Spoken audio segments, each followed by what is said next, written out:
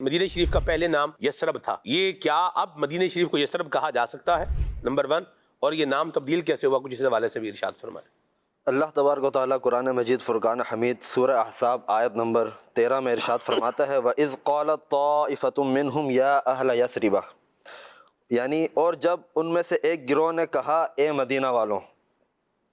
اس آیت میں یثرب کا لفظ ذکر ہوا ہے، اس کے بارے میں اعلیٰ حضرت امام احمد رضا خان رحمۃ اللہ تعالیٰ علیہ ارشاد فرماتے ہیں کہ قرآن عظیم میں کہ لفظ یثرب آیا وہ رب العزت نے منافقین کا قول نقل فرمایا ہے۔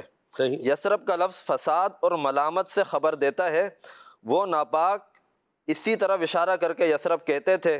اللہ پاک نے ان پر رد کرنے کے لیے مدینہ طیبہ کا نام طابہ رکھا۔ رسول نذیر صلی اللہ تعالیٰ علیہ وسلم کا فرمان ہے کہ مجھے ایک بستی کی طرف ہجرت کا حکم ہوا جو تمام بستیوں پر غالب آ جائے گی، لوگ اسے یثرب کہتے ہیں جبکہ وہ مدینہ ہے۔ یہ بستی لوگوں کو اس طرح پاک و صاف کرے گی جیسے بھٹی لوہے کے میل کو پاک و صاف کر دیتی ہے۔ سبحان اللہ۔ اور حضور نبی کریم علیہ الصلوۃ والسلام فرماتے ہیں کہ ان اللہ تعالیٰ سمی المدینہ طابہ، بے شک اللہ پاک نے مدینے کا نام طابہ رکھا ہے۔ تو اعلیٰ حضرت رحمۃ اللہ تعالیٰ نے اس کے بعد پھر یہ شرعی حکم بھی بیان فرمایا کہ آپ فرماتے ہیں مدینہ طیبہ کو یثرب کہنا ناجائز، ممنوع اور گناہ ہے، اور کہنے والا گناہ گار ہوگا۔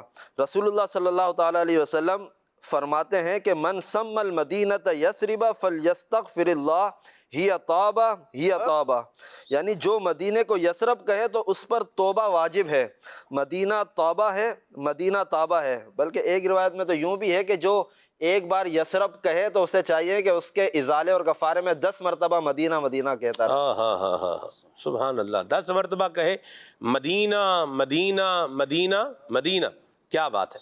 تو یہ یثرب کا لفظ اب جو ہے یہ استعمال یہ کبھی بھی نہیں کرنا، یہ اپنا ذہن بنا لیں۔ بعض اوقات کچھ کلام ہوتے ہیں، ان کلام میں کچھ شعراء ہیں وہ لفظ ذکر کر لیتے ہیں اس طرح سے، تو یہ لفظ یثرب کا اب مدینہ منورہ کے لیے استعمال یہ لفظ نہیں کیا جائے گا، یہ اپنا بالکل ذہن بنائیں، اور کبھی کیا ہو تو اس پر اللہ پاک سے جو ہے وہ معافی بھی مانگ لیں کہ اے کریم تو مہربانی فرما، ہمیں معاف فرما۔ علم جو ہوتا ہے اس کا فائدہ یہی ہوتا ہے کہ انسان کی ڈائریکشن کو کلیئر کر دیتا ہے، غلطی خامی کو آشکار کر دیتا ہے، بلکہ علم یوں کہیے کہ وہ دائرہ ہے جو اپنے اندر آنے والی ہر شے کو ظاہر کر دیتا ہے، یہ صحیح ہے، غلط ہے، اور کیا اس کا جو ہے وہ معاملہ ہے۔ تو اللہ تبارک و تعالی ہمیں ذکر مدینہ کرتے رہنے کی توفیق عطا فرمائے۔ 10 مرتبہ حضور نے فرمایا بندہ وہ کفارے میں کہے مدینہ مدینہ مدینہ مدینہ مدینہ مدینہ مدینہ مدینہ مدینہ مدینہ۔